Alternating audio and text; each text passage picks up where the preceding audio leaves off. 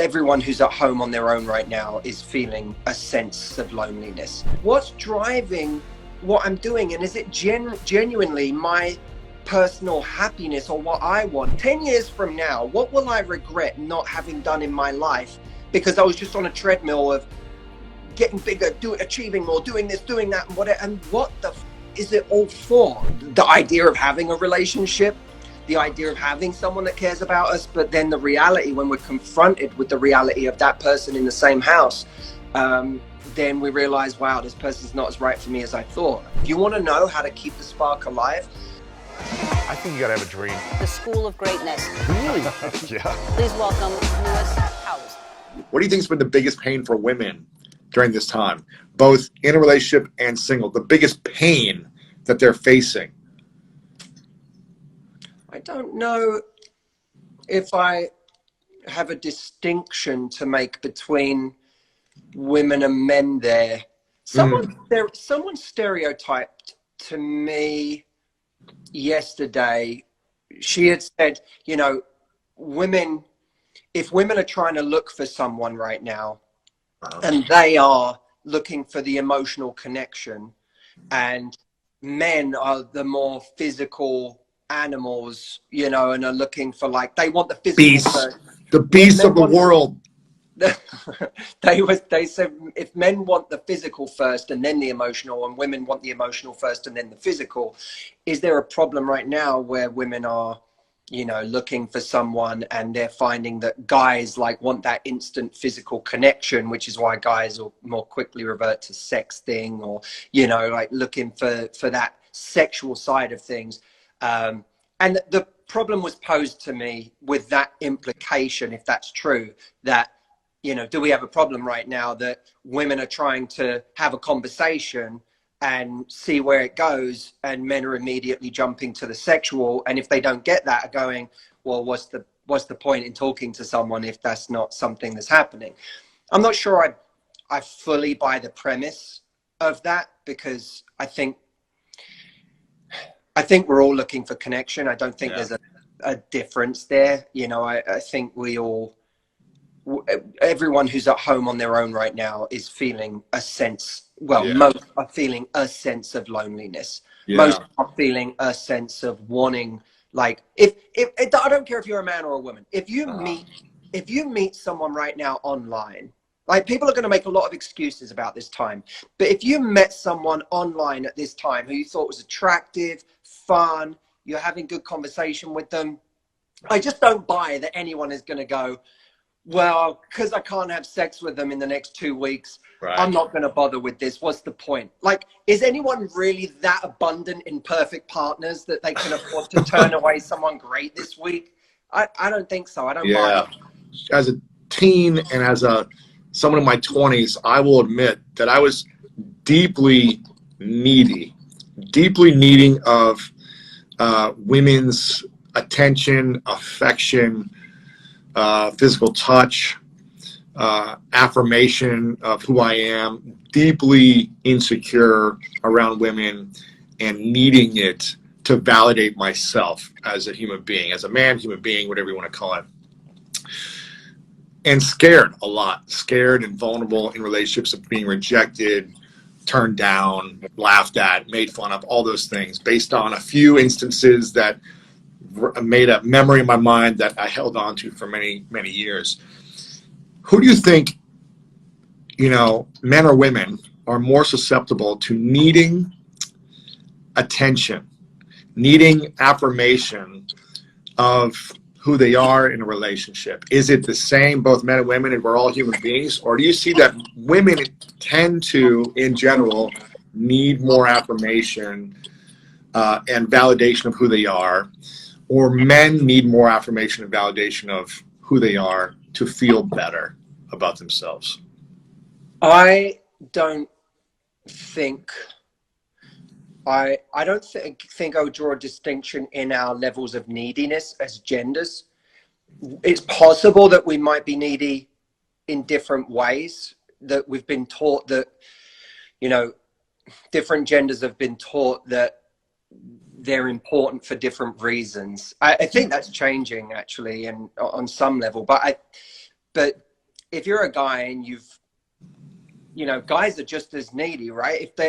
You could be needy if you're going to work every day and trying to achieve and achieve and achieve and achieve and achieve and achieve so that the world thinks you're awesome. And how many guys do we know like that? How many guys do we, do even in our community of high achievers, think of that, by the way, that's a label that's been getting high achiever, right? What does that even really mean? Like, high achiever, how? Like, we could call, the Dalai Lama a high achiever if you're talking about like internal growth, or you could talk someone who's achieved, just someone who lives in a cottage somewhere in the middle of nowhere with their wife and kids and has achieved a kind of peace of mind.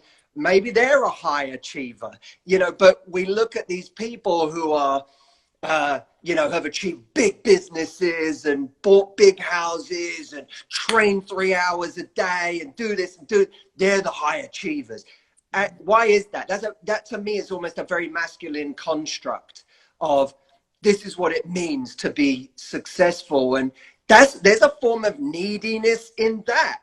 Like, I need to keep achieving so that people keep seeing me as a high achiever, so that I can come home to my girlfriend and she sees me as successful and accomplished and whatever. That's a form of neediness. We think of neediness in terms of someone saying, "Where are you? I miss you." Like that, we think of that as neediness, or do I look good in this outfit or whatever? We label that neediness, but how is it not needy to keep trying to make more money or keep trying to achieve more so that we stay significant and people keep telling us, look how amazing it is what you've achieved, so that people keep showing us how awe-inspired they are about what we've created in life? There's a neediness to that too. And so I think we have to be very, like, certain forms of neediness present themselves as a stereotypical caricature of neediness, and other types we get to hide as achievement. We need to check that. If you're enjoying this right now, go ahead and leave a thumbs up or leave a yes or a symbol so we can see that you're enjoying this. I want to spend another 10-15 minutes with Matthew. I'm seeing a lot of people jumping in the debate. Men are more needy, women are more needy, men need more validation of their efforts, women need more support. I'm seeing like the debate happening, and I'm not here to say who's right or wrong or what gender needs more of this and that. By the way, go ahead. Lewis, I don't want people watching this to think that I'm removing myself from that idea, because I feel deeply connected to what I've just said as we go through this time right now, and I assess what, my cousin Casey, we were talking on the phone the other day, and she was like, she's with her partner spending the weekends together, and she's like, it's really nice just to get time together where we don't feel like we have to say yes to things, and we don't feel like we have to spend time apart just for the sake of spending time apart, and so that we don't, like, we just have an excuse just to sit and be together. And I thought to myself, that's true for me. How many of the things that I do in a week or a month do I do for the right reasons? If I'm so, like, I'm really enjoying the time that I'm getting to spend on, like, cleaning out cupboards and just moving around, just walking around the house and just I'm enjoying the excuse. And so then I go, well, how many of the things that I do are just driven by FOMO, are just driven by feeling like I should be there? How many of the business endeavors that I do are just driven by this, I don't know, mindless need for growth or for continuing to achieve more? And why am I doing that? Is it because I'm comparing myself to somebody? Am I looking at what Lewis Howes is doing or what this person is doing or whatever and going, look at all this, I should be doing that too? Or what's driving what I'm doing? And is it genuinely my personal happiness or what I want? If someone said to me today, Matt, you're not allowed to do any work for the next month. You're forbidden. It's by law. You're not allowed to work for the next month. You just have to travel and read. That's all I want you to do, is just travel and read a bunch of books. I'd be like, oh, that's amazing. Well, I don't have, like, now I have an excuse. Someone's given me an excuse and a license. So it's funny? You told me this a year ago. You were like, we were at your hot tub hanging out in your backyard, and you were like, You were talking about like, I'm just in the weeds of my business so much. I wish I had space and time. You really wanted to write this new book you were talking about, but you didn't have the time to carve it out. You're like, if I could just have a month, and now we have this time. How many of the things, if someone gave you an excuse to do something, how happy would you be that you had an excuse?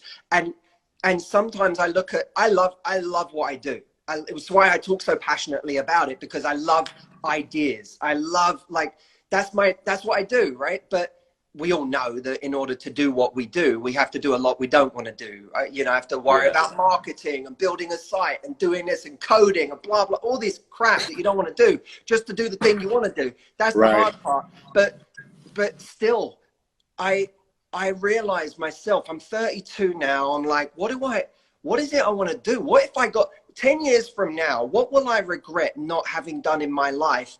Because I was just on a treadmill of getting bigger, achieving more, doing this, doing that, and what the is it all for? Like, why am I doing it? Those are important questions to ask, because otherwise you just you could be the dangerous thing is everyone else can see you as unbelievably successful. Everyone else can see you as someone who has done so much, and from their standard you keep assessing how happy you should be, because you're like, well, everyone keeps saying I'm doing so well. Everyone keeps saying I'm achieving so much. Then maybe this is the right thing I'm doing. But that's not a mark of a life well lived or how happy you are. Those are questions that have to come from a different place. Yeah. Dude, I'm loving the comments here. People are saying some amazing things. A lot of people are just like, I need this right now. This is so validating. Someone said, I'd pay to be in that hot tub with both of you. Maybe me and Matthew should get a big hot tub and charge people. New program. Do a program in the hot tub. How many of you would come to a hot tub with Lewis and Matthew Hussey talking about love, sex, and relationships? Go ahead and leave a thumbs up. Might be a bit on the nose in the hot tub, but I think what we need to do is balance out the scene of the hot tub with something very asexual. Exactly. Yeah. Exactly. What are you seeing mostly from? You get a lot of DMs. Your content, by the way, if you guys aren't following Matthew, make sure you follow Matthew, because he's got some of the best content on Instagram, YouTube. But what are the comments that you're seeing that are coming in? Is the most frequent comments that women are talking about? I suppose, look, it's a combination. If there's a lot of terrific loneliness right now, real solitude that people are experiencing, and how to deal with that, especially if you're going through any kind of a heartbreak, then this feels like a heartbreak from hell. Oh my gosh, because you can't go out and heal through other relationships or rebounding or just seeing friends and family. You can't go do those things you normally would do in a breakup, right? That's right. And so that's people are going through a really hard time with that, and they want to know how to deal with that. Then there's also people who are now finding themselves in a long distance relationship because they can't see the person that they were seeing when this started, or they just met someone during this situation, and they're faced with not being able to see them till potentially months. Who knows? So that how do I keep the spark alive with that thing during this time? That's a big question. You know, how many people do you think are going to be going through a breakup over the next few months, if they haven't already? And how many marriages do you think are going to get divorced? Is it going to be, you know, a big percentage, a small percentage? What are your just general thoughts without actually knowing the data? I mean, my boxing trainer, Martin Snow, he always says, are you in love with their absence or are you in love with their presence? If you're in love with their absence, what that means is the time the relationship works best is when the two of you aren't actually together. Right. You know, I mean, I remember being in my early 20s and I was in a long distance relationship for 1.5 years. And we moved in together. And you were like, London, peace out. After 1.5 years, and I think it lasted 2.5 weeks. You know, we sometimes are in love with the thought of the relationship, what we project onto that person, what the idea of having a relationship, the idea of having someone that cares about us, but then the reality when we're confronted with the reality of that person in the same house, then we realize, wow, this person's not as right for me as I thought. I think that's going to be a blessing for a lot of people, because they're going to learn in 3 months what might have taken them years to figure out about their relationship. I think the important thing to separate is the true incompatibilities that are arising from spending an extraordinary amount of time together versus the kind of artificial or forced incompatibilities that are coming from just an unnatural amount of time together that no one would really recommend in an organic scenario, but is being forced on us by this. I think someone said that, like, love is created, like, you create love in the space between the time together. It's like when you have the time to reflect and think about each other, about what happened, the good things, whatever it may be, that's when you really, that you dive in deeper into love, is the time apart, is those space in between. I'm not sure if you said that or someone else said that. And Esther Perel articulates it extraordinarily well in Mating in Captivity, that, you know, love is the coming together of two people, and desire exists in the space between two people. And you create desire with someone 24/7. You can, but it requires engineering space. In order to create desire, you need to create space. And if you live under the same roof as someone 24/7, you're going to have to find ways to engineer space. It's not just about, you know, let's do something romantic tonight. Let's do something. That's important, but space is important too. Creating enough room for mystery. And even if you live in a 500 square foot studio apartment where the bed is the apartment, we've all been there at some point, then you have to still engineer space there. Your space could be you putting in your headphones and going into your own world and saying, look, I'm going to work for a couple of hours, and then coming back to that person. You gotta have that. And one of the important things, even reading a book, it's like you're going into a different world to read that book. You know, go escape into your own worlds. And by the way, hopefully those worlds that you escape into will be worlds that feed your mind and that give you new ideas and bring you back even an hour later with a new conversation, a new idea. This is going to be a time where, especially where we're living with someone for 24/7, we're going to have to graduate from talking about events to talking about ideas, because there aren't any events right now. So, or if you're talking about events, you're talking about the news all day, which is stressful and anxiety, which is not and by good the way, events. how many events are there right now? Like, it's even in the news, we're talking about the same, a slight graduation on the same thing every single day. And you know, we have to transition, go from events to ideas.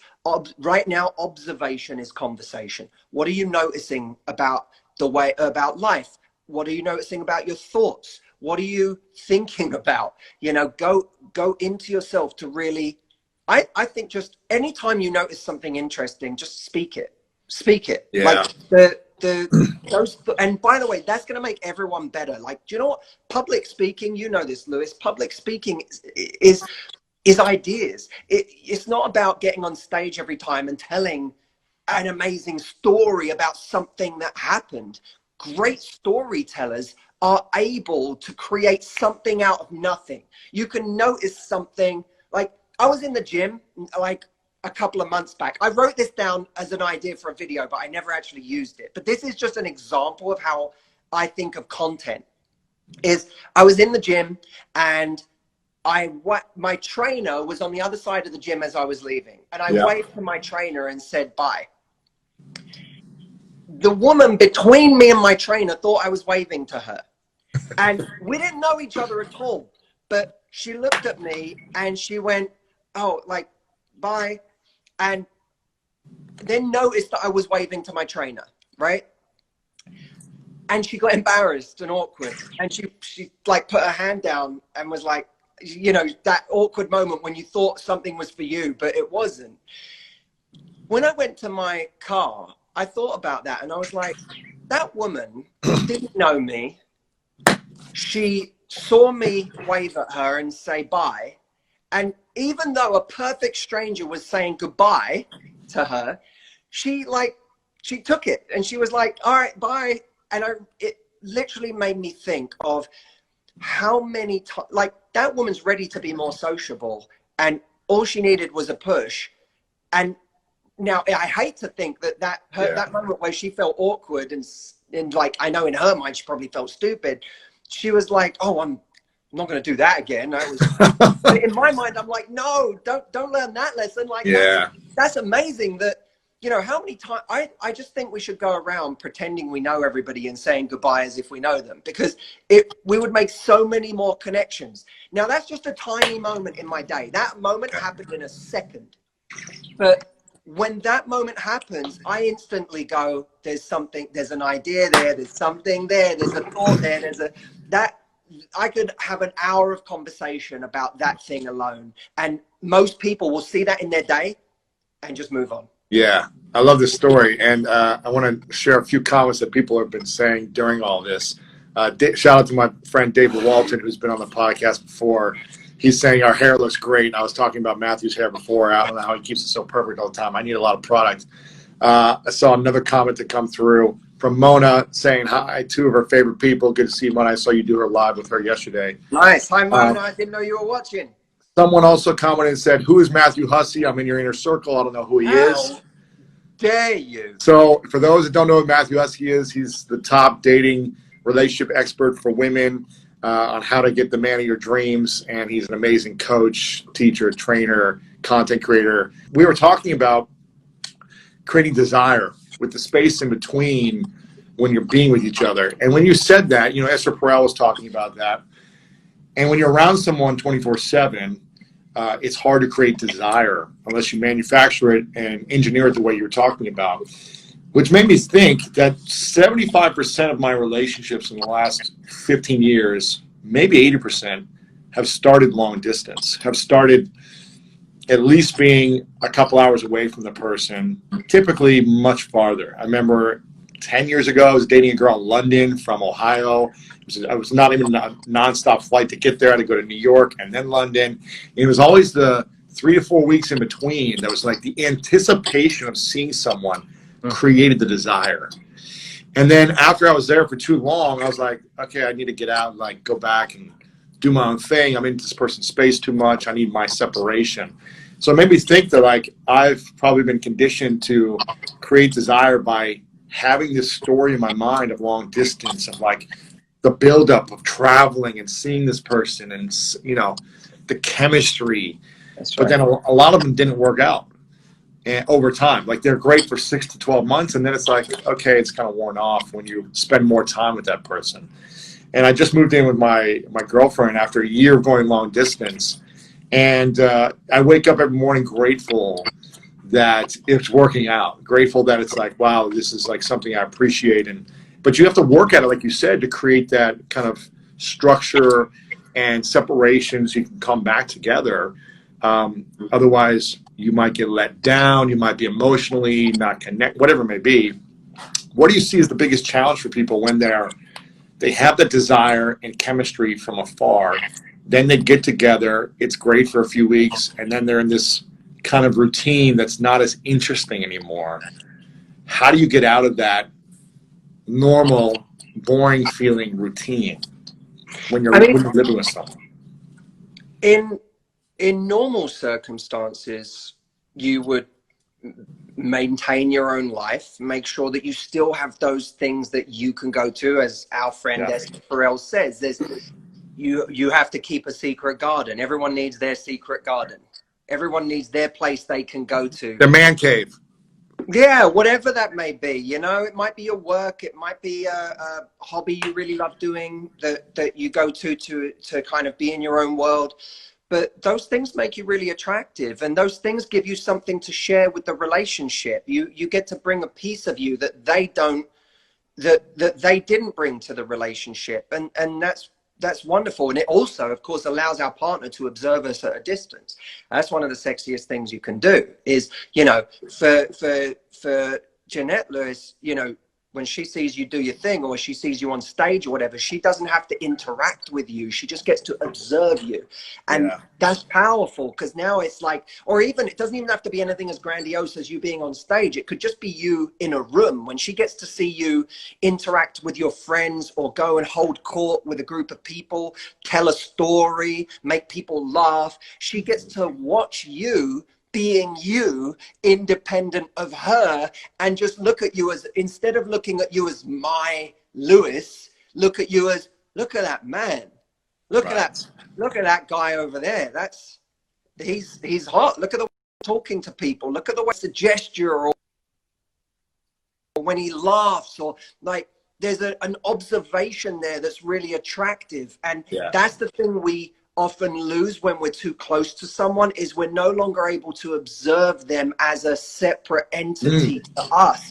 We're only observing life together, standing next to each other, and then we wonder, why am I not as fascinated by this person anymore as I am by life? Well, you're still observing life, but you're no longer observing the person. So that's something that people have to work on. And like I said, you could still do that stuck at home with someone 24/7. You got to give them ways to observe you doing your thing independent of them. I think also someone was talking about love, long distance actually creates a deeper connection. And in ways I believe that, because you're on the phone for hours, typically every day. You can't physically touch someone.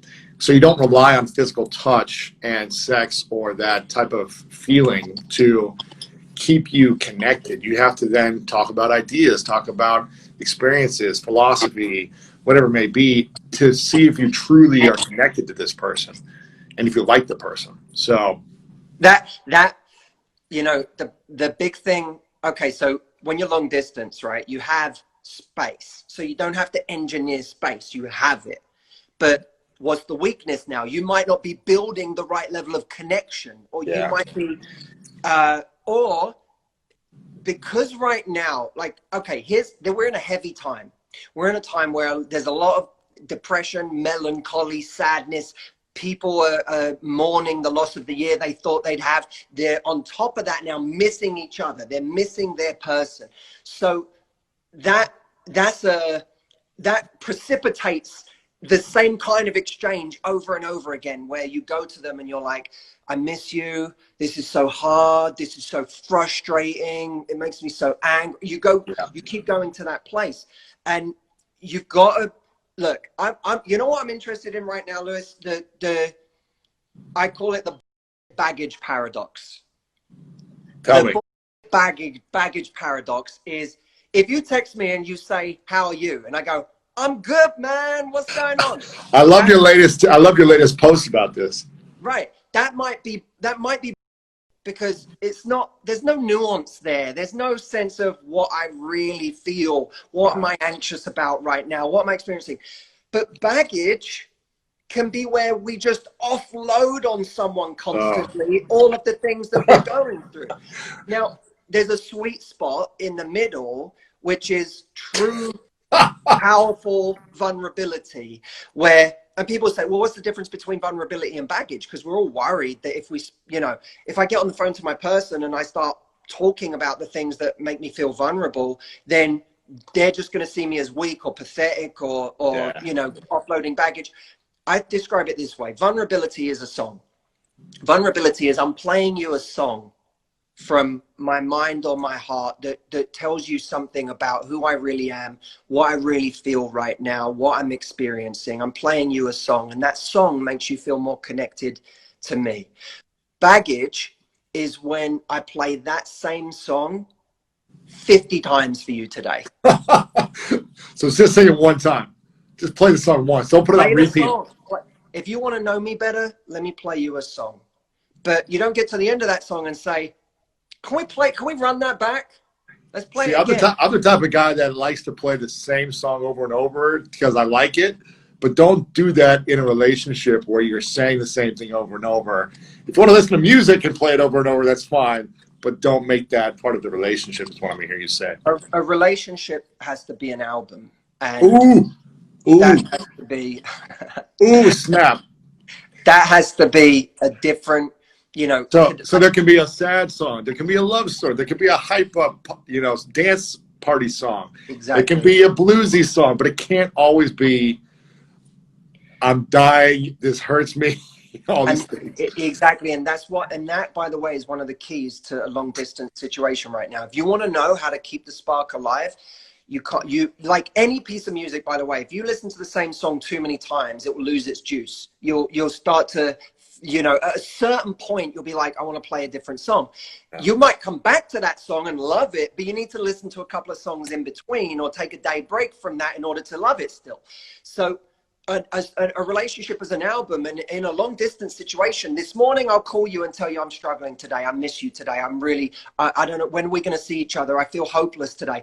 Later this afternoon, let me play you a different song. Let me do something fun or silly or let me send you a goofy picture or something that shows you a different side to me. Let me tell you that I miss your body right now. Let me tell you, let me give you something that takes things in a different direction. So that sexual healing, that type of song. Yeah. You need to remember I'm mischievous. You need to remember I'm sexual. You need to remember I take charge. You need to remember I can be soft. We need all these different songs to be played. Yeah.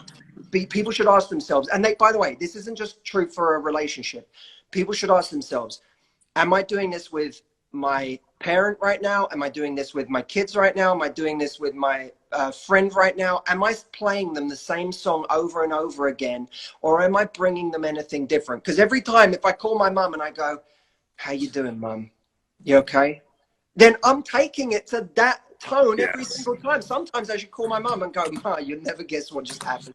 And bring us to a different place. That's how you keep things alive. Matthew always goes on the best, I want to call it a rant. I don't know what you call it, where you just go off and just blow people's minds and everyone's quoting you, and relationship is an album. Matthew has the best metaphors, all these different things. As you were talking about, a relationship is an album. Relationship is an album. And something that I love that you talk about, you've said it on probably every interview we do, and probably said it on stage, is that if you want to create if you want to be the most desired person in your relationship, if you're single and you want to be desirable to lots of people, you want to attract a great partner, you always talk about the combo, is having the combination of, yes, I'm smart, but I'm also, I don't know how you say it better than me, but it's having not just being good looking and attractive and sexy, but also being curious, not just being driven, but also being sensitive, not just being a gentleman, but also kind of being a little bad boy every now and then. It's having both. And what is that analogy that you use with that? Yeah, you got to keep people off guard, baby. You got to keep people a little unbalanced. It's Where am I? This idea that we call them unique pairings is when you have two or more combinations, two or more different traits that are all attractive, but you wouldn't normally find them in the same person, right? So it's, all right, let me get, I was thinking about this the other day, Lewis, there's the practical application of this. We all put forward an image of ourselves. On Instagram, people might have an image of us. People might have an image of what you present on a dating app. There's a kind of caricature of ourselves that comes across. I think that one of the most powerful things we can do when someone first messages us or we have an initial conversation with them and they ask, how you doing? What are you up to? What have you been up to? Say something that would surprise people based on the image that they already probably have of you. So this requires some self-awareness for how you come across. For me, if people search me online or come to my page or whatever, and they're like, this guy is a coach, this guy is a speaker, this guy gives advice, the last thing I want to do with someone personally in my life is make in any way come across like I'm going to be in a coaching mindset. I'm going to be preachy. I'm going to give advice. I'm going to analyze something that's going on. That's the last thing I want to do. So I want to talk about anything but that. if you're a model on Instagram who's like every picture is you in like either if you're a dude and you're in your swim shorts all the time, or if you're a woman you're in a bikini all the time, talk about book you're reading right now. Exactly. Talk about something else. Uh-huh. Don't what are you doing right now that runs counter to the image that someone has of you by watching you come across in one mutated dimension constantly, because that is a mutate. That's what should we say? That's a image mutation of someone. What should I do differently that I'm not doing as a personal friend? What would you say for me? Should I post shirtless photos? Should I do? I should say how are you doing, Lewis? And you should say, you know what, I'm ungrateful for, Matt. And then just moan about something. Because all I do is talk about what I'm grateful for. That's good. I love this, man. Guys, if you don't know Matthew Hussey, make sure to follow him. If you enjoyed this, leave a thumbs up. Appreciate you, brother. Miss you, man. Can't wait to hug you soon. It's always so fun, man. Love to you. Love to Jeanette. I hope you guys are good. And yeah, man, always a pleasure. And thank you to everyone who joined us and spent some time with us. And if you want to learn more about mastering relationships, then make sure to check out this video right here. People, I think, don't go into relationships with a healthy view of what is required over the long term. Pay attention to what your partner actually needs.